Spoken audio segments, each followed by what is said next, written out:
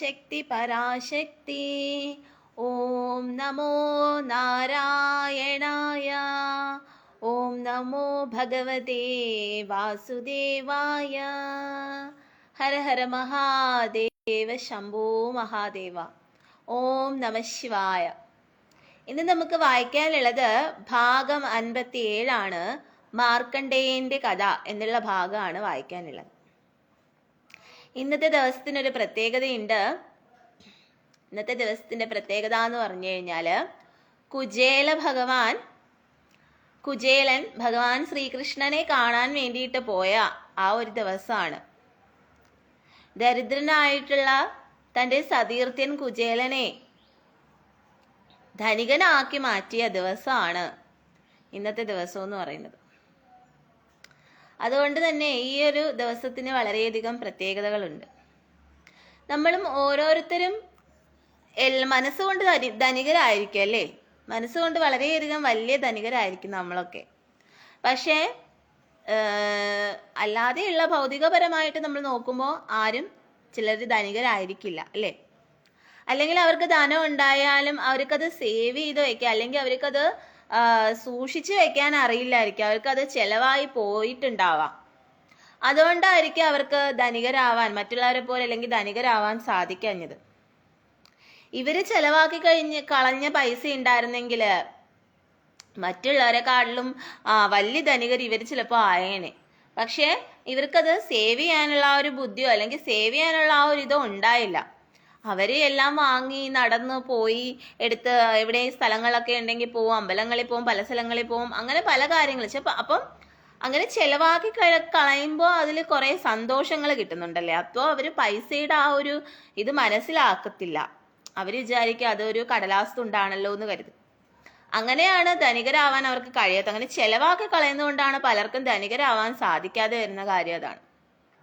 എന്നാൽ ഈ സമയത്ത് ഈ പൈസ എല്ലാം ചെലവാക്കി കളയാതിരിക്കുന്നവര് പെട്ടെന്ന് അവർക്ക് പല കാര്യങ്ങൾ സാധ്യമാകും അല്ലേ? ചിലരങ്ങനെയല്ല, ചിലർ കടം എടുത്തിട്ടൊക്കെയാണ് പല കാര്യങ്ങൾ നടത്തുന്നതല്ലേ. എന്നിട്ട് ആ കടം തീർക്കാൻ വേണ്ടിയിട്ട് ഓടിക്കൊണ്ട് നടക്കും. അപ്പോൾ ധനികര് ദാരിദ്ര്യമുള്ളവർ ധനികരാവുന്നതും ധനികര് ദാരിദ്ര്യം ഉള്ളവരാവുന്നതും ഒന്നും ഒരു നിസ്സാരമായിട്ടുള്ള കാര്യമില്ല. അത് പല സ്ഥലങ്ങളിലും പല സന്ദർഭങ്ങളിലും പല കാര്യങ്ങളും നമുക്ക് മനസ്സിലായിട്ടുള്ളതാണ് അല്ലേ? ഭഗവാൻ വിചാരിച്ചു കഴിഞ്ഞാൽ എന്ത് വേണമെങ്കിലും നമുക്ക് സാധിക്കാവുന്നതാണല്ലേ. അപ്പൊ അങ്ങനെയുള്ള കുചേല ദിവസമാണ് ഇന്നെന്ന് പറയുന്നത്. അപ്പൊ ഇന്ന് എല്ലാവരും പ്രാർത്ഥിക്കുന്നത് നല്ലതായിരിക്കും. നമുക്ക് ഭഗവാനോട്, ശ്രീകൃഷ്ണനോട് പ്രാർത്ഥിക്കാം. നമ്മുടെ ദുഃഖങ്ങളെല്ലാം മാറ്റാൻ വേണ്ടിയിട്ടും നമുക്ക് ഒരു ഉയർച്ച ഉണ്ടാവാൻ വേണ്ടിയിട്ടും ഭഗവാനോട് നമുക്ക് പ്രാർത്ഥിക്കാം. അതുപോലെ ലക്ഷ്മിത്വം. ഇപ്പൊ ലക്ഷ്മിത്വം ഉള്ള ഒരുപാട് സ്ത്രീകളുണ്ട് നമ്മുടെ സമൂഹത്തിൽ. പക്ഷെ ലക്ഷ്മിത്വം ഉള്ള സ്ത്രീകൾ എന്ന് പറയുമ്പോൾ കുറച്ച് ഒന്ന് എന്താ പറയാ, മനസ്സിന് അത്ര കട്ടിയുള്ളവരായിരിക്കില്ല. ചിലപ്പോൾ പുറമേ നോക്കുമ്പോൾ നമുക്ക് വളരെയധികം അവര് എന്താ പറയാ ഭയങ്കര ധൈര്യശാലികളായിട്ടൊക്കെ തോന്നുമെങ്കിൽ അവരുടെ ഉള്ളുകൊണ്ട് അവർ വെറും പാവങ്ങളായിരിക്കും, ശുദ്ധഗതിക്കാരായിരിക്കും. അപ്പൊ അവർക്ക് മറ്റുള്ള ചില സ്ത്രീകളുടെ മുന്നിൽ ചിലപ്പോൾ പിടിച്ചു നിന്ന് പോവാൻ കഴിയില്ല. അപ്പൊ നിങ്ങൾ ഓർക്കേണ്ട ഒരു കാര്യം എന്ന് വെച്ച് കഴിഞ്ഞാല് ഇപ്പം മറ്റുള്ള ദേവിമാരുടെ ഭാവത്തിലുള്ളവരായാലും ശരി തന്നെ, ആരായാലും ശരി തന്നെ, ലക്ഷ്മിത്വമുള്ള സ്ത്രീകളെയും അവർക്കും ജീവിക്കണം, അവർക്കും ജീവിക്കാനുള്ള അവകാശമുണ്ട്. അത് നിങ്ങൾ മനസ്സിലാക്കുക എന്നുള്ളതാണ്. അപ്പം ഓരോരുത്തരും ഓരോ സ്വരൂപങ്ങളിൽ നിന്നാണ് നമ്മൾ ഓരോരുത്തരും ഉണ്ടായിട്ടുള്ളത് അല്ലേ? അപ്പൊ എല്ലാവർക്കും ഇവിടെ ജീവിക്കാനുള്ള അവകാശമുണ്ട്. അപ്പൊ അത് പാവപ്പെട്ടവരായാലും സൽസ്വഭാവം ഉള്ളവരായാലും എങ്ങനെയുള്ളതായാലും ഇവിടെ ജീവിക്കാനുള്ള അവകാശമുണ്ട്. പക്ഷെ ഈ ദുർസ്വഭാവങ്ങൾ ചിലരിൽ അധികരിക്കുമ്പോഴാണ് ഇവിടെ പലതരത്തിലുള്ള പ്രശ്നങ്ങൾ ഉണ്ടാവുന്നത് അല്ലേ? അപ്പൊ അതൊക്കെ മാറ്റി വെച്ചിട്ട് ആ സൽസ്വഭാവത്തിലേക്ക് വരിക എന്നുള്ളതാണ്, ആ സ്വാത്വിക ഭാവത്തിലേക്ക് വരിക എന്നുള്ളതാണ്. അങ്ങനെ വരുമ്പോഴാണ് നമുക്ക് അവിടെയാണ് ഭഗവത് സാക്ഷാത്കാരം ഉണ്ടാവുന്നത് അല്ലേ? അപ്പോൾ നമുക്ക് ഇന്നത്തെ ഭാഗം 57 വായിക്കാം. മാർക്കണ്ഡേയന്റെ കഥ എന്നുള്ള ഭാഗമാണ് വായിക്കാനുള്ളത്. അപ്പൊ ഞാനത് വായിക്കാം കേട്ടോ. ഹര ഹര മഹാദേവ. വളരെ കാലങ്ങൾക്ക് മുമ്പ് മൃഗണ്ടു എന്ന നാമധേയത്തിൽ അറിയപ്പെട്ടിരുന്ന ഒരു മുനി ഉണ്ടായിരുന്നു. സൽസ്വഭാവിയും പരമശിവഭക്തനുമായിരുന്നു അദ്ദേഹം. പക്ഷേ വിവാഹം കഴിഞ്ഞ് വർഷങ്ങൾ കഴിഞ്ഞിട്ടും അദ്ദേഹത്തിന് സന്തതി ഉണ്ടായില്ല. ഒരു കുഞ്ഞിക്കാല് കാണുവാനുള്ള ആഗ്രഹം സഫലമാകാത്തതിൽ അദ്ദേഹം വളരെ ദുഃഖിച്ചു. പലവിധ നേർച്ചകളും വഴിപാടുകളും നടത്തിയെങ്കിലും ആഗ്രഹിച്ച പോലെ സന്താന സൗഭാഗ്യം ഉണ്ടായില്ല. ഒടുവിൽ തന്റെ മാനസകോവിലിൽ വർഷങ്ങളായി വിചാരിച്ചിരുന്ന ശ്രീ പരമേശ്വരനെ തപസ് ചെയ്ത് വരപ്രസാദമായി സന്താനലബ്ധി കൈവരിക്കാൻ അദ്ദേഹം തീരുമാനിച്ചു. അപ്പം മൃഗണ്ടു എന്നൊരു നാമധേയത്തിൽ ഒരു പരമ ശിവഭക്തനായിട്ടുള്ള ഒരു സൽസ്വഭാവിയായിട്ടുള്ള ഒരു മുനി ഉണ്ടായിരുന്നു. ആ മുനിക്ക് പുത്രന്മാരില്ലായിരുന്നു, പുത്രന്മാരും ഒന്നും ഇല്ലായിരുന്നു. അപ്പം ഒരു സന്താന ലബ്ധിക്ക് വേണ്ടിയിട്ട് അദ്ദേഹം ഭഗവാൻ പരമശിവനോട് പ്രാർത്ഥിക്കുകയാണ്. നീണ്ട നാളത്തെ കഠിന തപസ്സിൽ സംപ്രീതനായി തീർന്ന ശ്രീ പരമേശ്വരൻ മൃഗണ്ടുവിന് ദർശന സൗഭാഗ്യം നൽകാനായി സാന്നിധ്യം കൊണ്ടു. തന്റെ ഭക്തന്റെ ദുഃഖത്തിന് പരിഹാരം കാണുന്നതിനായി പ്രത്യക്ഷപ്പെട്ട ശ്രീ പരമേശ്വരൻ മുനിയോട് ചോദിച്ചു, ഹേ മൃഗണ്ടുക, നിന്റെ ആഗ്രഹം നാം അറിയുന്നു. നിന്റെ ഭക്തിയിൽ നാം സന്തോഷവാനാണ്. ഒരു സന്താന ഭാഗ്യം ആഗ്രഹിച്ചുകൊണ്ടാണല്ലോ നീ നമ്മെ തപസ്സു ചെയ്തത്. അതിനാൽ നാം നിന്റെ ആഗ്രഹം സഫലമാക്കുന്നതാണ്. അങ്ങേക്ക് 16 വയസ്സുവരെ ജീവിച്ചിരിക്കുന്ന ഒരു ഉത്തമ ഗുണസമ്പന്നനായ പുത്രനെ വേണോ, അതോ സുദീർഘകാലം ജീവിച്ചിരിക്കുന്ന ദുരാചാരിയായ ഒരു പുത്രനെ ആണോ വേണ്ടത്? താങ്കൾ ആഗ്രഹിക്കുന്ന തരത്തിലുള്ള പുത്രനെ നൽകാൻ നാം ഒരുക്കമാണ്. അപ്പോൾ ശിവഭഗവാൻ അവിടെ പ്രത്യക്ഷപ്പെടുകയാണ്. എന്നിട്ട് ശിവഭഗവാൻ ചോദിക്കുകയാണ്, മുനിയോട് ചോദിക്കുകയാണ്, നിനക്ക് എങ്ങനെയുള്ള പുത്രനെയാണ് വേണ്ടത്? കുറച്ചു കാലം, അതായത് ഒരു 16 വയസ്സ് വരെ ജീവിച്ചിരിക്കുന്ന സൽസ്വഭാവി ആയിട്ടുള്ള ഒരു പുത്രനെ ആണോ നിനക്ക് വേണ്ടത്, അതോ കുറേയേറെ വർഷങ്ങൾ ജീവിച്ചിരിക്കുന്ന ഒരു ദുർസ്വഭാവി അല്ലെങ്കിൽ ദുരാചാരി ആയിട്ടുള്ള ഒരു പുത്രനെ ആണോ നിനക്ക് വേണ്ടതെന്ന് ചോദിക്കുകയാണ്. വിശ്വശില്പിയായ ശംഭുവിന്റെ ചോദ്യം കേട്ട മൃഗണ്ടു വിനയാന്വിതനായി പറഞ്ഞു, ഭഗവാനെ ലോകേശ്വര, അവിടുത്തെ അപാര കൃപയ്ക്ക് ഞാൻ അർഹനാണെങ്കിൽ എനിക്കൊരു ഉത്തമ പുത്രനെ നൽകി അനുഗ്രഹിച്ചാലും. ഭക്തവത്സലനായ ഭഗവാൻ മുനി ആവശ്യപ്പെട്ട വരം നൽകി അനുഗ്രഹിച്ച ശേഷം അവിടെ നിന്നും അപ്രത്യക്ഷനായി. അങ്ങനെ മൃഗണ്ടു എന്താണ് ചോദിക്കുന്നത്? തനിക്ക് സൽസ്വഭാവിയായിട്ടുള്ള പുത്രനെ തന്നെ മകനായി തന്നാൽ മതിയെന്ന് പറയുകയാണ്. അങ്ങനെ ഒരു വരം കൊടുത്തിട്ട് പരമശിവൻ അവിടെ നിന്നും അന്തർധാനം ചെയ്യുകയാണ്. മുനി ആശ്രമത്തിൽ ചെന്ന് വിവരങ്ങളെല്ലാം ഭാര്യയോട് പറഞ്ഞു. പരബ്രഹ്മം ആകാരം കൊണ്ട് ശ്രീ ശങ്കരന്റെ അനുഗ്രഹത്താൽ മൃഗണ്ടുവിന്റെ പത്നി ഗർഭിണിയായി. യഥാകാലം ഉത്തമ ലക്ഷണങ്ങളുള്ള ഒരു ഉത്തമ പുത്രനെ പ്രസവിക്കുകയും ചെയ്തു. അതീവ തേജസ്വിയായ ആ ബാലന് മാർക്കണ്ഡേയൻ എന്ന് നാമകരണം ചെയ്തു. മാതാപിതാക്കളുടെ സാത്വിക ഗുണങ്ങൾ പുത്രനിലും വിടരാൻ തുടങ്ങി. കുട്ടിക്കാലം മുതൽക്കു തന്നെ അവനിൽ ഈശ്വരവിശ്വാസം വേരൂന്നിയിരുന്നു. ഉത്തമ ലക്ഷണങ്ങൾ അവനിൽ പ്രകാശിച്ചു നിന്നു. നിത്യവും ശിവക്ഷേത്രത്തിൽ പോയി പൂജ നടത്തുക എന്നത് അവന്റെ ജീവിതത്തിന്റെ ഭാഗമായിരുന്നു. അങ്ങനെ മാർക്കണ്ഡേയൻ എന്ന് നാമധേയമുള്ള ഒരു പുത്രൻ അല്ലെങ്കിൽ ഒരു പുത്രൻ അവർക്ക് ജനിക്കുകയാണ്. അങ്ങനെ ആ പുത്രന് മാർക്കണ്ഡേയൻ എന്ന് നാമകരണം ചെയ്യുകയാണ്. ഈ മാർക്കണ്ഡേയൻ ജനിച്ച നാൾ മുതൽക്കേ വളരെയധികം വലിയൊരു ശിവഭക്തനായിരുന്നു. എന്നിട്ട് മാർക്കണ്ഡേയൻ എന്ത് ചെയ്യും? എല്ലാ ദിവസവും ശിവക്ഷേത്രത്തിൽ പോയി ശിവക്ഷേത്ര ദർശനം നടത്തുമായിരുന്നു. അതുപോലെ തന്നെ ശിവഭഗവാന് അർച്ചനയും പൂജയും ഒക്കെ നടത്തുക എന്നുള്ളത് അവന്റെ ഒരു ദിനചര്യയായിരുന്നു. ബാല്യത്തിൽ തന്നെ മാർക്കണ്ഡേയൻ വേദശാസ്ത്രങ്ങളിലും ദർശനങ്ങളിലും എല്ലാം പാണ്ഡിത്യം നേടി. ഗുരുജനങ്ങൾക്കെല്ലാം അവന്റെ ബുദ്ധിവൈഭവത്തിലും പാണ്ഡിത്യത്തിലും വളരെ അഭിമാനം തോന്നി. വളരെ വേഗം തന്നെ മാർക്കണ്ഡേയൻ മഹാനായ ഒരു തത്വജ്ഞാനിയായി തീർന്നു. ജീവജാലങ്ങളും അസ്ഥിരതയെക്കുറിച്ചും പാപഭംഗിലമായ ഭൗതിക ജീവിതത്തിന്റെ അർദ്ധശൂന്യതയെക്കുറിച്ചും അദ്ദേഹം ചിന്തിച്ചു. ജഗത്തിലെ ജീവിതം ഈശ്വരോന്മുഖമാക്കിയാൽ മാത്രമേ അതിന് അർത്ഥമുള്ളൂ എന്നും ഇന്ദ്രിയ സുഖങ്ങൾക്ക് പിന്നാലെ പോകുന്നവരും ധനം മോഹിച്ച് പാപങ്ങൾ ചെയ്യുന്നവരും വാസ്തവത്തിൽ അധമജന്മത്തിന്റെ അന്ധകാരത്തിൽ അകപ്പെടുന്നുവെന്നും അദ്ദേഹം ചിന്തിച്ചു. അപൂർവമായ മാനവജന്മത്തെ അമൃതതുല്യമാക്കി മാറ്റാൻ പരമ്പൊരുളായ ശ്രീ പരമേശ്വരന്റെ പാദകമലങ്ങൾ മനോക്ഷേത്രത്തിൽ പ്രതിഷ്ഠിച്ച് അദ്ദേഹത്തിന്റെ തിരുനാമം നാവിൽ കുടിയിരുത്തി അദ്ദേഹത്തോടുള്ള പ്രേമം വളർത്തലാണ് ഒരു മനുഷ്യജന്മത്തിന്റെ പരമപ്രധാനമായ ലക്ഷ്യമെന്ന് ബാല്യകാലത്ത് തന്നെ മാർക്കണ്ഡേയൻ മനസ്സിലാക്കി. പക്ഷെ അവൻ അല്പായുസായിട്ടാണ് ജന്മം കൈക്കൊണ്ടിരിക്കുന്നതെന്ന കാര്യം മാതാപിതാക്കൾ അവനെ അറിയിച്ചതേയില്ല. അപ്പോൾ മാർക്കണ്ഡേയൻ എപ്പോഴും ചിന്തിക്കുമായിരുന്നു. എന്തായിരുന്നു ചിന്തിക്കുന്നത്? അധാർമിക കാര്യങ്ങളിലൂടെ ധനം സമ്പാദിക്കുന്നത് അല്ലെങ്കിൽ തെറ്റായ കാര്യങ്ങൾ ചെയ്യുന്നത് അത് നമ്മളെ അന്ധകാരത്തിന്റെ പടുകുഴിയിലേക്കായിരിക്കും നയിക്കുന്നത്. അപ്പൊ ധനത്തിന് വേണ്ടി പലരും പല തെറ്റുകൾ ചെയ്യാറുണ്ടല്ലേ. അപ്പം അതെല്ലാം നമ്മെ അന്ധകാരത്തിലെ പടുകുഴിയിലേക്കായിരിക്കും നമ്മെ നയിക്കുന്നത്. അതുകൊണ്ട് നേർവഴിക്ക് സഞ്ചരിക്കുക, നേർവഴിയെ ജീവിക്കുക എന്നുള്ള ആ ഒരു തത്വം അത് മാർക്കണ്ഡേയൻ കുഞ്ഞുനാള് മുതലേ തന്നെ മനസ്സിലാക്കിയിരുന്നു. അതുകൊണ്ട് അങ്ങനെ ഒരു സത്യമാർഗത്തിൽ കൂടിയായിരുന്നു മാർക്കണ്ഡേയൻ ജീവിച്ചു പോയിരുന്നത്. എന്നാൽ ഈ മാർക്കണ്ഡേയന് 16 വയസ്സുവരെ മാത്രമേ ആയുസുള്ളൂ എന്നുള്ള കാര്യം മാർക്കണ്ഡേയന്റെ മാതാപിതാക്കൾ മാർക്കണ്ഡേയനിൽ നിന്ന് മറച്ചു വെക്കുകയായിരുന്നു. അപ്പൊ മാർക്കണ്ഡേയനോട് അവർ പറഞ്ഞിട്ടില്ല, മാർക്കണ്ഡേയന് 16 വയസ്സുവരെ ജീവിക്കാനുള്ള ഇതുള്ളൂ എന്നുള്ള കാര്യം മാതാപിതാക്കൾ പറഞ്ഞിട്ടില്ലായിരുന്നു. അങ്ങനെ മാർക്കണ്ഡേയനിൽ നിന്ന് ആ ഒരു കാര്യം മാതാപിതാക്കൾ മറച്ചു വെക്കുകയാണ്. മാർക്കണ്ഡേയൻ വളരും തോറും മാതാപിതാക്കളുടെ ദുഃഖവും ആദിയും അധികരിച്ചു കൊണ്ടിരുന്നു. തങ്ങളുടെ വാത്സല്യനിധിയായ ഓമനപുത്രന്റെ ആയുസ്സിനെ കുറിച്ച് ഓർത്ത് അവർ സദാ ബാഷ്പാകുല നേത്രരായി ജീവിച്ചു പോന്നു. മാർക്കണ്ഡേയന്റെ ദീർഘായുസ്സിനു വേണ്ടി വഴിപാടുകളുമായി അവർ കാലം കഴിച്ചു പോന്നു. എങ്കിലും തങ്ങളുടെ ദുഃഖ കാരണം പുത്രൻ അറിയാതിരിക്കാൻ അവർ പ്രത്യേകം ശ്രദ്ധിച്ചു. പുത്രന്റെ സാമീപ്യം ഉണ്ടാകുമ്പോഴൊക്കെ പുണ്യവതിയായ ആ മാതാവിന്റെ കപോലങ്ങളുടെ കണ്ണീരൊഴുകുമായിരുന്നു.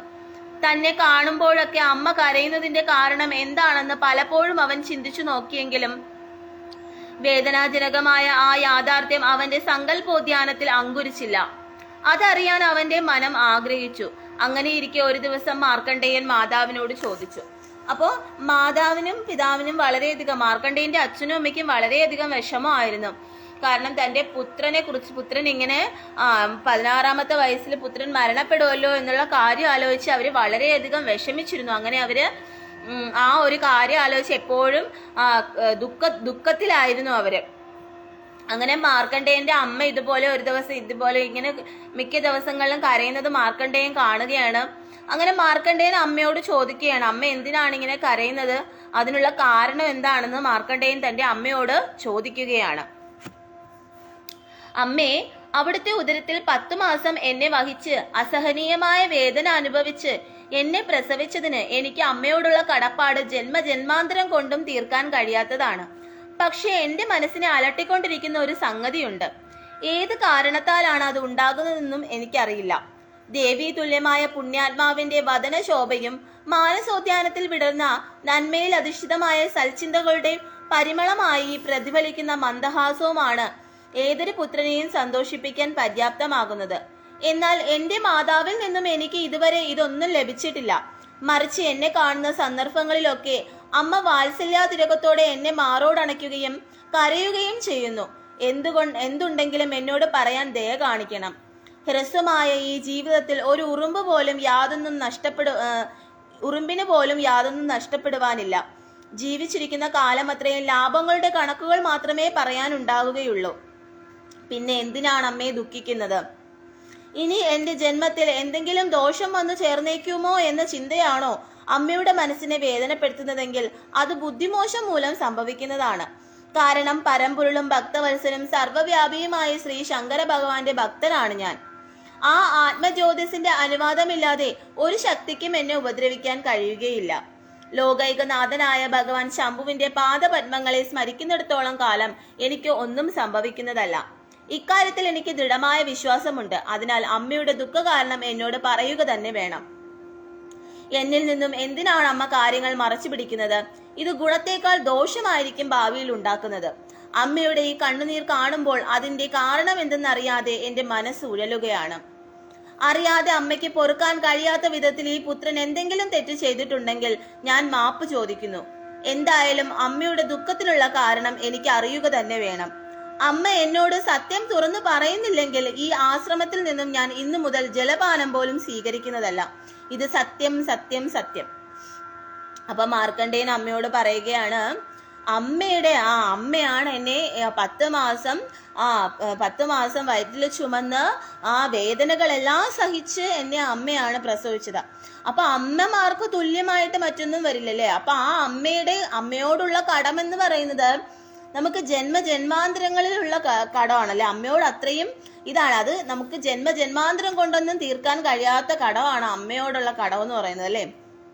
അതുകൊണ്ട് തന്നെയാണ് അമ്മമാർക്ക് അത്രയും ഇതുണ്ടെന്ന് പറയുന്നത്. അത്രയും അമ്മമാർക്ക് ഇത് അമ്മമാരോടുള്ള ആ ഒരു സ്നേഹം അത്രയും വേണമെന്ന് പറയുന്നതും അതുകൊണ്ടാണ്. എന്തുകൊണ്ടെന്ന് വെച്ച് കഴിഞ്ഞാല് ചില മക്കളുണ്ടല്ലേ, അമ്മമാരെ കൊണ്ടുവന്ന് വൃദ്ധസദനങ്ങളിലൊക്കെ ആക്കും. അവരിത്രയും കഷ്ടപ്പെട്ട് അവരെ വളർത്തി വലുതാക്കി പഠിപ്പിച്ചു ജോലി വാങ്ങിച്ചു കൊടുത്തു, അവരുടെ കാര്യങ്ങളെല്ലാം നോക്കി അവർക്ക് വേണ്ടി ജീവിക്കുന്ന അമ്മമാരെ ചില മക്കൾ എന്ത് ചെയ്യും, കൊണ്ടുവന്ന് വല്ല വൃദ്ധസദനങ്ങളിലൊക്കെ ആക്കാം. അതൊക്കെ എന്ത് ക്രൂരതയാണെന്നറിയാമോ? അതിനെക്കാട്ടിലും വലിയൊരു ക്രൂരതയില്ല, അത്രയ്ക്കും വലിയ ക്രൂരതയാണ് അതൊക്കെ. അച്ഛനമ്മമാരെ അങ്ങനെ കൊണ്ടുപോയി ചില മക്കള് നോക്കാതെയൊക്കെ വൃദ്ധസദനത്തിലാക്കുന്നത് പറയുന്നത് ഏറ്റവും വലിയ മഹാപാപമാണ്. അതുകൊണ്ട് അതൊന്നും ആരും ചെയ്യാതിരിക്കാന്നുള്ളതാണ്. അപ്പൊ അതുപോലെ ഈ മാർക്കണ്ഡേയൻ അമ്മയോട് പറയുകയാണ്, അമ്മയോടുള്ള കടപ്പാട് ജന്മജന്മാന്തരം കൊണ്ടൊന്നും തീർക്കാൻ കഴിയാത്തതാണ്. കാരണം അവിടുത്തെ ഉദരത്തിലെ 10 മാസം എന്നെ വഹിച്ച് അസഹനീയമായ വേദന അനുഭവിച്ചുകൊണ്ടാണ് അമ്മ എന്നെ പ്രസവിച്ചത്. അപ്പൊ അതുകൊണ്ട് അമ്മയോടുള്ള കടം എനിക്ക് ജന്മജന്മാന്തരങ്ങളായാലും തീർക്കാൻ കഴിയാത്തതാണ്. അമ്മ എന്തിനാണ് എപ്പോഴും ഇങ്ങനെ വിഷമിക്കുന്നത്? എന്തിനാണ്? നമ്മുടെ ഈ ജീവിതം എന്ന് പറയുന്നത് നശ്വരമല്ലേ, അത് കുറെ നാളത്തേക്ക് മാത്രം ഉള്ളതല്ലേ. അപ്പൊ ആ ഒരു ജീവിതത്തിൽ അമ്മ എന്തിനാണ് സന്തോഷമായിട്ടിരിക്കാതെ എപ്പോഴും വിഷമിച്ചു കൊണ്ടിരിക്കുന്ന എന്തിനാണ് അമ്മ?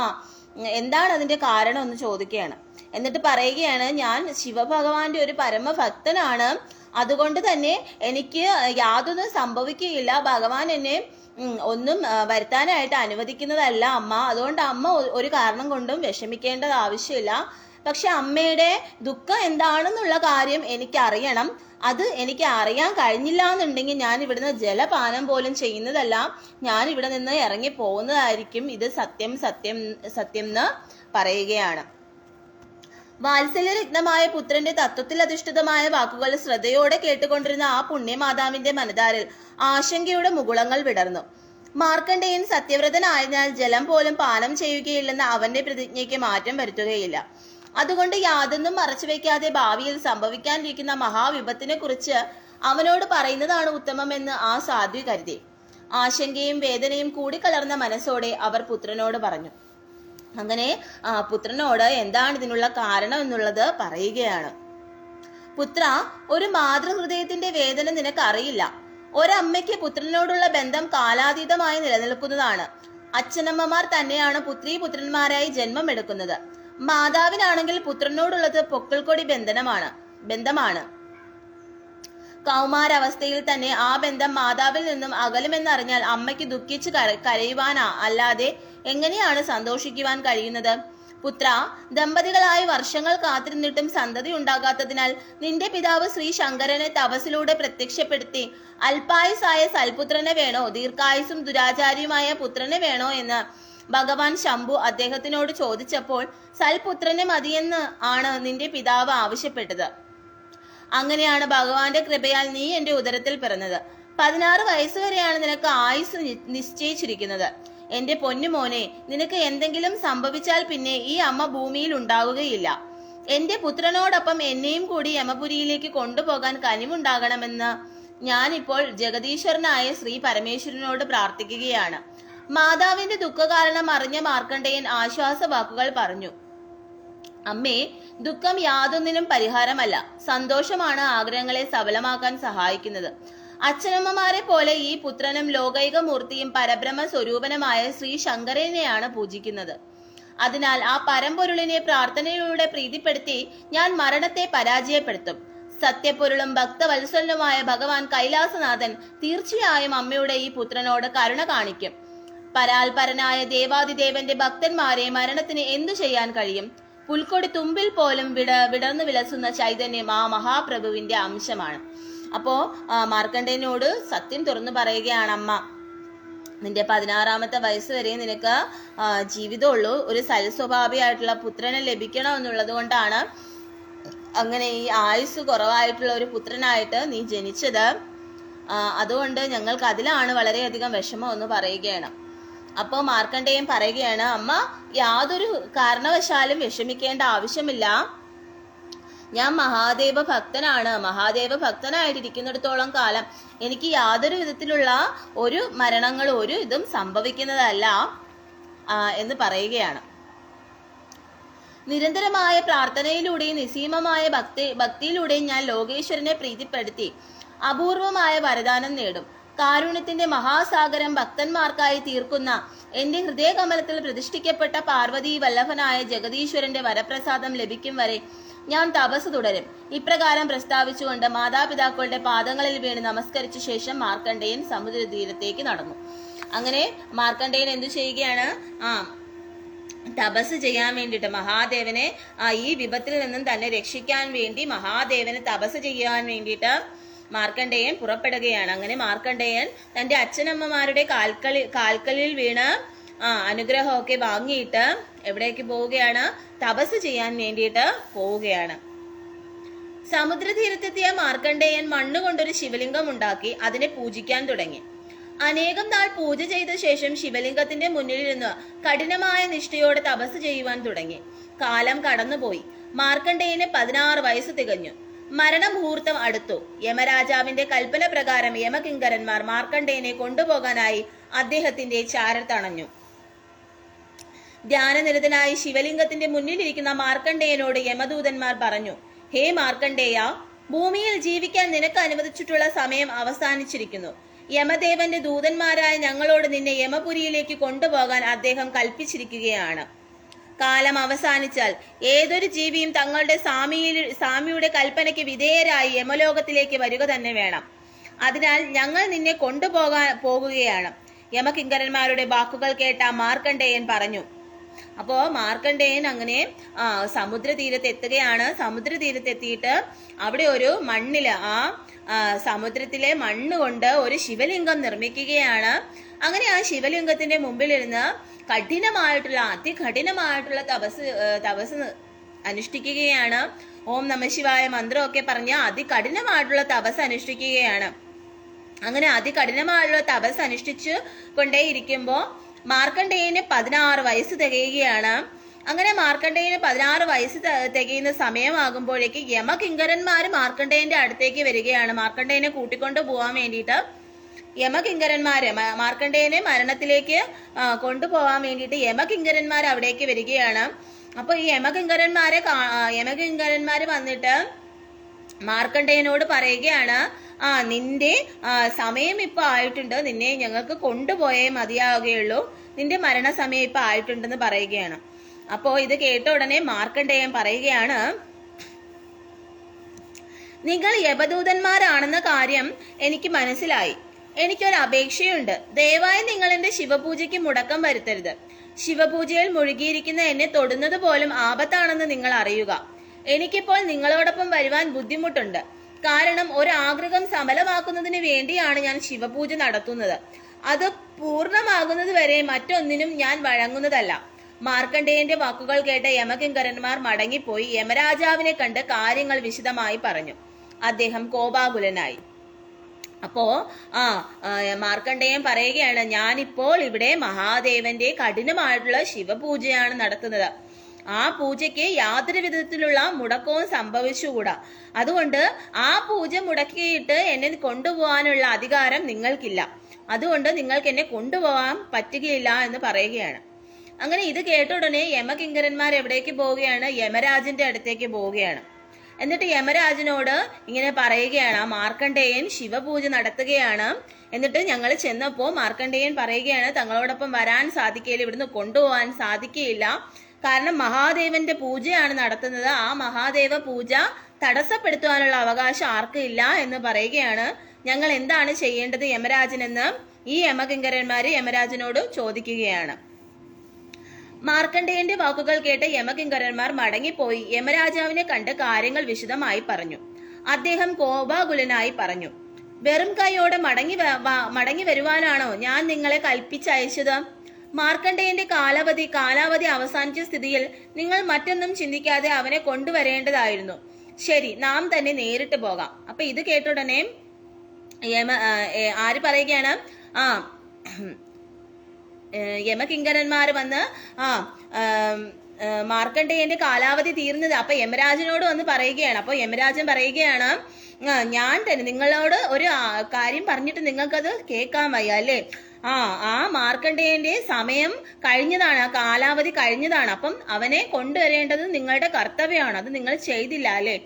എന്തിന്റെ പേരിലായാലും അവനെ കൊണ്ടുവരേണ്ടത് തന്നെയാണ്. നിങ്ങൾക്ക് അതിന് കഴിയില്ലെങ്കിൽ ഞാൻ തന്നെ നേരിട്ട് പോവാ എന്ന് പറഞ്ഞിട്ട് യമരാജൻ എന്ത് ചെയ്യുകയാണ്? നേരിട്ട് അവിടേക്ക് പോവാൻ ഒരുങ്ങുകയാണ്. തൽക്ഷണം യമരാജൻ മാർക്കണ്ഡേയന്റെ മുന്നിൽ പ്രത്യക്ഷപ്പെട്ടു. ഇക്കാര്യം അറിഞ്ഞ മാർക്കണ്ഡേയൻ ഇരുകരങ്ങളും കൊണ്ട് ശിവലിംഗത്തെ മുറുകെ പിടിച്ചുകൊണ്ട് ഓം നമഃശിവായ എന്ന പഞ്ചാക്ഷരി മന്ത്രം ചൊല്ലാൻ തുടങ്ങി. ഇത് കണ്ട കാലന് അരിശം വന്നു. അതിനാൽ അദ്ദേഹം ഇപ്രകാരം പറഞ്ഞു. അപ്പോ യമരാജൻ അവിടെ വരികയാണ്. യമരാജനെ കണ്ട ഉടനെ എന്ത് ചെയ്യുകയാണ്? മാർക്കണ്ഡേയൻ ആ ശിവലിംഗത്തില്, മഹാദേവന്റെ ശിവലിംഗത്തില് കെട്ടിപ്പിടിച്ചുകൊണ്ട് ഓം നമഃശിവായ ഓം നമഃശിവായ ഓം നമഃശിവായ ഇങ്ങനെ ശിവനാമങ്ങൾ ഇങ്ങനെ ഉരുവിട്ടുകൊണ്ടിരിക്കുകയാണ്. അപ്പൊ ഇത് ഇങ്ങനെ ചെയ്യുന്നത് കാണുമ്പോഴേക്ക് യമദേവൻ എന്ത് ചെയ്യുകയാണ്? യമദേവന് അരിശം വരികയാണ്. ഹേ മാർക്കണ്ഡേയ, മരണത്തെ തോൽപ്പിക്കാൻ നീ ആരാ? ഞാൻ യമദേവനാണ്. നിന്റെ തന്ത്രമൊന്നും എന്റെ മുന്നിൽ നടക്കുകയില്ല. ഞാനിപ്പോൾ എന്താണ് ചെയ്യാൻ പോകുന്നതെന്ന് നീ കണ്ടോ? യമൻ ഇപ്രകാരം അട്ടഹാസത്തോടെ പറഞ്ഞപ്പോൾ മറുപടിയൊന്നും പറയാതെ കൈലാസേശ്വര, ശ്രീ പരമേശ്വര രക്ഷിക്കണേ എന്ന് പ്രാർത്ഥിച്ചുകൊണ്ട് ശിവലിംഗത്തെ കെട്ടിപ്പിടിച്ച് മാർക്കണ്ഡേയൻ നിലകൊണ്ടു. എന്നിട്ടും ഈ എന്ത് ചെയ്യുകയാണ്? ഈ മാർക്കണ്ഡേയൻ ശിവലിംഗത്തെ തന്നെ കെട്ടിപ്പിടിച്ചുകൊണ്ട് ശിവഭഗവാനോട് ഓം നമഃശിവായ പറഞ്ഞിട്ട് പ്രാർത്ഥിക്കുകയാണ്. ഈ യമരാജനിൽ നിന്ന് എന്നെ രക്ഷിക്കണമേ, എന്നെ മരണത്തിന് വിട്ടുകൊടുക്കല്ലേ ഭഗവാനെ എന്ന് പറഞ്ഞുകൊണ്ട് ആ ശിവഭഗവാന്റെ ശിവലിംഗത്തില് സാഷ്ടാംഗം ആലിംഗനം ചെയ്തുകൊണ്ട് ഇരിക്കുകയാണ് മാർക്കണ്ഡേയൻ. ഈ സമയം താൻ കർത്തവ്യനിരതനാകേണ്ടതിന്റെ ആവശ്യകതയെ കുറിച്ച് അറിഞ്ഞ യമരാജൻ തന്റെ കയ്യിലിരുന്ന മൃത്യുപാശത്തെ മാർക്കണ്ഡേയന്റെ നേർക്ക് എറിഞ്ഞു. യമൻ എറിഞ്ഞ കുരുക്ക് ശിവലിംഗത്തെയും കെട്ടിവരിയാൻ കാരണമായി തീർന്നു. പൊടുന്നനെ ശിവലിംഗത്തിൽ നിന്നും ഭഗവാൻ സദാശിവൻ പ്രത്യക്ഷനായി. തന്നെ കെട്ടിപ്പിടിച്ചുകൊണ്ട് വിലപിക്കുന്ന ഭക്തനെ കൊല്ലാൻ ശ്രമിക്കുന്ന യമദേവനെ ഭഗവാൻ കണ്ടു. അദ്ദേഹം കോപാകുലനായി. തന്റെ ഉറച്ച ഭക്തനായ മാർക്കണ്ഡേയന്റെ നേർക്ക് കാലപാശം എറിഞ്ഞു കൊല്ലാൻ ശ്രമിച്ച യമദേവനെ ഭഗവാൻ തന്റെ തൃക്കണ്ണിൽ നിന്നും ഉയർന്ന ക്രോധാഗ്നിയിൽ ദഹിപ്പിച്ചു. അങ്ങനെ ഈ യമരാജൻ എന്ത് ചെയ്യുകയാണ്? ഇത് കേട്ടുടനെ യമരാജന്റെ കാലപാശം കൊണ്ടിങ്ങനെ മാർക്കണ്ഡേയനെ വരിഞ്ഞു മുറുക്കാൻ ശ്രമിക്കുകയാണ്. അപ്പോ മാർക്കണ്ഡേയൻ ശിവലിംഗത്തിൽ ഇങ്ങനെ കെട്ടിപ്പിടിച്ച് കൊണ്ടിരുന്നത് കൊണ്ട് തന്നെ ആ ശിവലിംഗത്തിൽ ഈ കാലപാശം ചുറ്റുകയാണ്. അപ്പോ ഇത് കണ്ടിട്ട് കോപാകുലനായിട്ടുള്ള ശിവഭഗവാൻ അവിടെ പ്രത്യക്ഷനാവുകയാണ്. എന്നിട്ട് ശിവഭഗവാൻ പറയുകയാണ്, എന്നെ ധ്യാനിച്ചുകൊണ്ട് എന്നെ അഭയം പ്രാപിച്ചുകൊണ്ടിരിക്കുന്ന എന്റെ ഭക്തനെ നീ വധിക്കാനാണോ ശ്രമിച്ചത് എന്ന് പറഞ്ഞുകൊണ്ട് ഈ യമരാജനെ ശിവഭഗവാൻ എന്ത് ചെയ്യുകയാണ്? ദഹിപ്പിക്കുകയാണ്. തന്റെ തൃക്കണ്ണിൽ നിന്നും ആ കോപാഗ്നി ജ്വലിപ്പിച്ചുകൊണ്ട് ഭസ്മമാക്കി തീർക്കുകയാണ് യമരാജനെ. അന്നു മുതൽ ശിവന് മൃത്യുഞ്ജയൻ എന്നും കാലാകാലൻ എന്നും പേരുകളുണ്ടായി. അന്നു മുതലാണ് ശിവഭഗവാന് മൃത്യുഞ്ജയൻ എന്നും കാലാകാലൻ എന്നുള്ള പേരുണ്ടായത്. കാലന്മാരുടെയും കാലന്റെയും കാലനാണ് കാലാകാലൻ. അങ്ങനെയുള്ള ഒരു പേരും മൃത്യുഞ്ജയൻ എന്നുള്ള പേരും അന്നു മുതലാണ് ശിവഭഗവാന് ഉണ്ടായത്. ഭഗവാൻ മന്ദഹാസത്തോടെയും എന്നാൽ ഗൗരവത്തോടെയും മാർക്കണ്ഡേയനോട് പറഞ്ഞു, ഹേ ഭക്ത ശിരോമണിയായ മാർക്കണ്ഡേയ, നിന്റെ ഭക്തിയിൽ നാം അതീവ സന്തുഷ്ടനാണ്. അതിനാൽ മരണത്തിന് ഒരിക്കലും നിന്നെ കീഴടക്കാനാവുകയില്ല. നിനക്കെന്നും 16 വയസ്സ് തന്നെ ആയിരിക്കും. ഇന്നു മുതൽ നീ ചിരഞ്ജീവിയായിരിക്കുന്നതാണ്. ഇപ്രകാരം പ്രസ്താവിച്ച കാരുണ്യ ദീപമായ ഭഗവാൻ അദ്ദേഹത്തെ അനുഗ്രഹിച്ചു. എന്നിട്ട് ശിവഭഗവാൻ പറയുകയാണ്, ഹേ ഭക്ത ശിരോമണിയായ മാർക്കണ്ഡേയ, നിന്റെ ഭക്തിയിൽ നാം വളരെയധികം സന്തുഷ്ടനാണ്. അതിനാൽ തന്നെ മരണത്തിന് ഒരിക്കലും നിന്നെ കീഴ്പ്പെടുത്താൻ സാധിക്കുന്നതല്ല. അത് മാത്രമല്ല 16 വയസ്സ് ഉള്ള നീ എന്നും ഈ 16 വയസ്സ് ആയിട്ടുള്ള യൗവനയുക്തനായിട്ട് തന്നെ ഇരിക്കുന്നതാണ് എന്ന് പറഞ്ഞ് ഉള്ള ഒരു വരം കൂടി അങ്ങനെ ഒരു മഹത്തായ ഒരു വരം നൽകിയിട്ട് മാർക്കണ്ഡേയനെ ചിരഞ്ജീവി ആയിട്ടിരിക്കാനുള്ള ഒരു വരവും നൽകിയിട്ട് ശിവഭഗവാൻ അവിടെ നിന്നും അപ്രത്യക്ഷമാവുകയാണ്. അങ്ങനെ പറഞ്ഞ് കാരുണ്യ ദീപമായ മഹാദേവൻ മാർക്കണ്ഡേയനെ അനുഗ്രഹിക്കുകയാണ്. ശ്രീ ശങ്കരന്റെ പാതാരബിന്ദങ്ങളിൽ വീണ് നമസ്കരിച്ച ശേഷം മാർക്കണ്ഡേയൻ ഭക്ത്യാനുസരണം പറഞ്ഞു, ത്രൈലോക്യനാഥനായ ഭഗവാനെ, അവിടുത്തെ അനുഗ്രഹം മാത്രമാണ് ഈ ദാസനുള്ളത്. അവിടുന്ന് നൽകിയ അപൂർവമായ വരപ്രസാദത്തിന് ഈ ദാസന്റെ സഹസ്രകോടി പ്രണാമം. ചിരഞ്ജീവിയായി പുത്രൻ തിരിച്ചു വന്നതിൽ അച്ഛനമ്മമാർ വളരെ സന്തോഷിച്ചു. കാലൻ ദഹിപ്പിക്കപ്പെട്ടതോടെ ലോകത്ത് മരണം സംഭവിക്കാതായിരിക്കുന്നു. അതിനാൽ അത്ഭുതകരമായ ജനപ്പെരുപ്പം സംഭവിക്കുന്നു. സൃഷ്ടികർത്താവ് തന്നെ തന്റെ കർമ്മം അവസാനിപ്പിക്കേണ്ട സ്ഥിതി സംജാതമായിരിക്കുന്നു. അങ്ങനെ എന്ത് ചെയ്യുകയാണ്? ചിരഞ്ജീവിയായ പുത്രൻ തിരിച്ചു വന്നതിനാല്, അങ്ങനെ മാർക്കണ്ഡേയൻ തിരിച്ചു വരികയാണ്. ചിരഞ്ജീവിയായിട്ടുള്ള പുത്രൻ തിരിച്ചു വന്നതിനാല് മാതാപിതാക്കൾ വളരെയധികം സന്തോഷിക്കുകയാണ്. ഈ ദാസന്റെ സഹസ്രകോടി പ്രണാമം, അതായത് അപൂർവമായ ഈ വരപ്രസാദത്തിന് ഭാഗ്യമുണ്ടായി തന്ന ഈ ദാസന്റെ കോടി കോടി പ്രണാമങ്ങൾ അർപ്പിക്കുകയാണ് ഭഗവാനോട്. കാലൻ ദഹിപ്പിക്കപ്പെട്ടതോടെ ലോകത്ത് മരണം സംഭവിക്കാതെ ആയിരിക്കുന്നു. അപ്പം ഈ കാലൻ ദഹിപ്പിക്കപ്പെട്ടല്ലോ, ശിവഭഗവാന്റെ ഇതുകൊണ്ട് ദഹിപ്പിക്കപ്പെട്ടതോടുകൂടി എന്താണ്? ലോകത്ത് മരണം സംഭവിക്കാതായിരിക്കുന്നു. അപ്പൊ കാലനില്ലാത്ത കാലം എന്നൊരു ഭാഗം നിങ്ങൾ പണ്ട് പഠിച്ചിട്ടുണ്ടല്ലേ? അപ്പൊ ഇതുകൊണ്ടാണ് ഇങ്ങനെ കാലനെ ഭഗവാൻ ദഹിപ്പിച്ചതോടുകൂടിയാണ്. അതിനുശേഷം പിന്നീട് സൃഷ്ടികർത്താവ് തന്നെ കർമ്മം അവസാനിപ്പിക്കേണ്ട സ്ഥിതി സംജാതമായ സമയത്ത് പിന്നീട് ഈ കാലനെ വീണ്ടും പുനർജീവിപ്പിക്കുകയും അങ്ങനെ വീണ്ടും പഴയ പോലെ തന്നെ എല്ലാവർക്കും വയസ്സായ അങ്ങനെയുള്ള ഒരു മരണം ഉണ്ടാവുകയും ചെയ്യുകയാണ്. അപ്പം ഇതാണ് ഈ ഒരു ഭാഗം. ഹര ഹര മഹാദേവ ശംഭോ മഹാദേവ. ഹര ഹര മഹാദേവ. ഓം നമ ശിവായ. ഹര ഹര മഹാദേവ. അപ്പൊ ഇതാണ് ഭാഗം 57 എന്ന് പറയുന്നത്.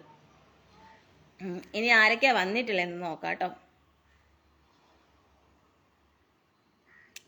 സുനിൽ ഹരിതം, അമ്പിളി ശ്രീകുമാർ, അരുൺ, രാജു തങ്കേശ്വരൻ, അരുൺ, അക്ഷയ ജമ്പാടി, സുനിൽ കുമാർ എസ്. ഹരഹര മഹാദേവ്. അപ്പൊ ഇന്ന് കുചേല ദിനവും കൂടിയാണ്. അതുകൊണ്ട് തന്നെ നിങ്ങളെല്ലാവരും ആ ഒരു ഇത് കൂടി പ്രാർത്ഥിക്കുന്നത് നന്നായിരിക്കും. അപ്പോൾ ഒരുപാട് പേര് ദുഃഖങ്ങൾ അനുഭവിക്കുന്നവരുണ്ടല്ലേ, സാമ്പത്തികമായിട്ടും അല്ലെങ്കിൽ നമുക്ക് പലതരത്തിലുള്ള വിഷമങ്ങൾ നമ്മൾ അനുഭവിക്കുന്നവരുണ്ടായിരിക്കും. നമ്മൾ ഒരു സമയത്ത് നമ്മൾ ഒരുപാട് പൈസകൾ നമ്മുടെ കയ്യിൽ വരുമ്പോൾ നമ്മളത് ചെലവാക്കി കളയും അല്ലേ. ഒരുപാട് നമ്മളത് സേവ് ചെയ്ത് വെക്കാൻ അല്ലെങ്കിൽ അങ്ങനെയൊന്നും ചെയ്യാതെ നമ്മൾ ചെലവാക്കി കളയുകയൊക്കെ ചെയ്യുമ്പോഴാണ് നമുക്ക് ഒരുപാട് സാമ്പത്തികമായിട്ടുള്ള ബുദ്ധിമുട്ടുകൾ ഉണ്ടാവുന്നത് അല്ലേ. അങ്ങനെയാണ് പലരും ആ ഒരു ഇതിൽ തന്നെ എപ്പോഴും നിന്നു പോവേണ്ട അവസ്ഥ വരുന്നത്. പക്ഷെ ചിലരാണെങ്കിൽ പെട്ടെന്ന് അവർക്ക് എന്തെങ്കിലും ആഗ്രഹങ്ങൾ ഉണ്ടായിട്ട് അവർ ബാങ്ക് ലോണുകളൊക്കെ എടുക്കും. അങ്ങനെ ലോണുകളൊക്കെ എടുത്തിട്ടായിരിക്കും അവർ ഓരോ വീടുകളൊക്കെ വെക്കുന്നതല്ലേ.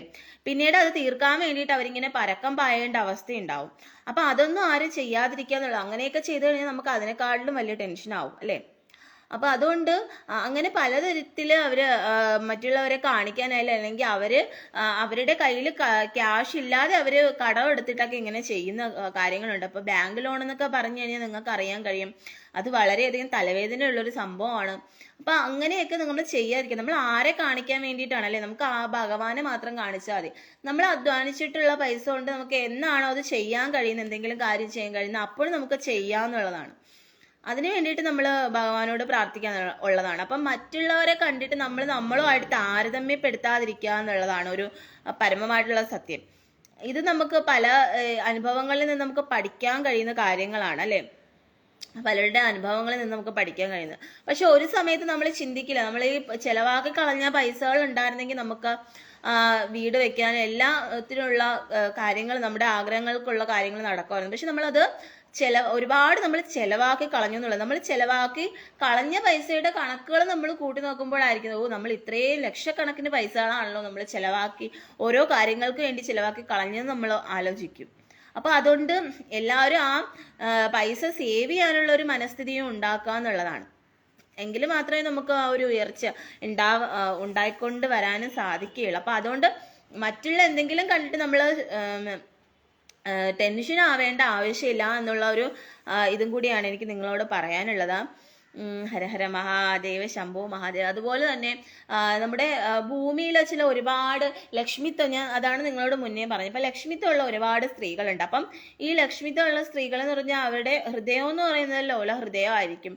അപ്പൊ അവർക്കും ഇവിടെ ജീവിക്കാനുള്ള അവകാശമുണ്ട്. അപ്പം ചിലയിടത്തൊക്കെ നമ്മൾ ജോലിക്ക് ചെല്ലുന്ന സമയത്ത് ചില സ്ഥലങ്ങളിൽ നമുക്ക് വളരെയധികത്തിലുള്ള വളരെ രീതിയിലുള്ള നമുക്ക് ഓരോ ഇത് കേൾക്കേണ്ടി വരും. അല്ലെങ്കിൽ ഓരോ നമുക്ക് ചിലപ്പോൾ അവരുടെ ആ ദേഷ്യം, അവരുടെ ഇത് ഇങ്ങനത്തെയുള്ള ഇറിറ്റേറ്റിംഗ് സ്വഭാവങ്ങൾ നമുക്ക് ക്യാരക്ടേഴ്സ് നമുക്ക് അഡ്ജസ്റ്റ് ചെയ്ത് പോകാൻ സാധിക്കാത്ത അവസരങ്ങളൊക്കെ ഉണ്ടാവും അല്ലേ. അപ്പോൾ ഈ ഭൂമിയിലെന്ന് പറഞ്ഞു കഴിഞ്ഞാൽ പലതരത്തിലുള്ള ആൾക്കാരാണ്, പല സ്വഭാവമാണ്. എല്ലാവരുടെയും മനസ്സ് ശുദ്ധമായിരിക്കണമെന്നും എല്ലാവരുടെയും മനസ്സ് നന്മയുള്ളതായിരിക്കണമെന്നും നമുക്ക് അറിയാൻ കഴിയില്ല. അപ്പൊ പലരുടെയും മനസ്സിൽ പല ഇതായിരിക്കും.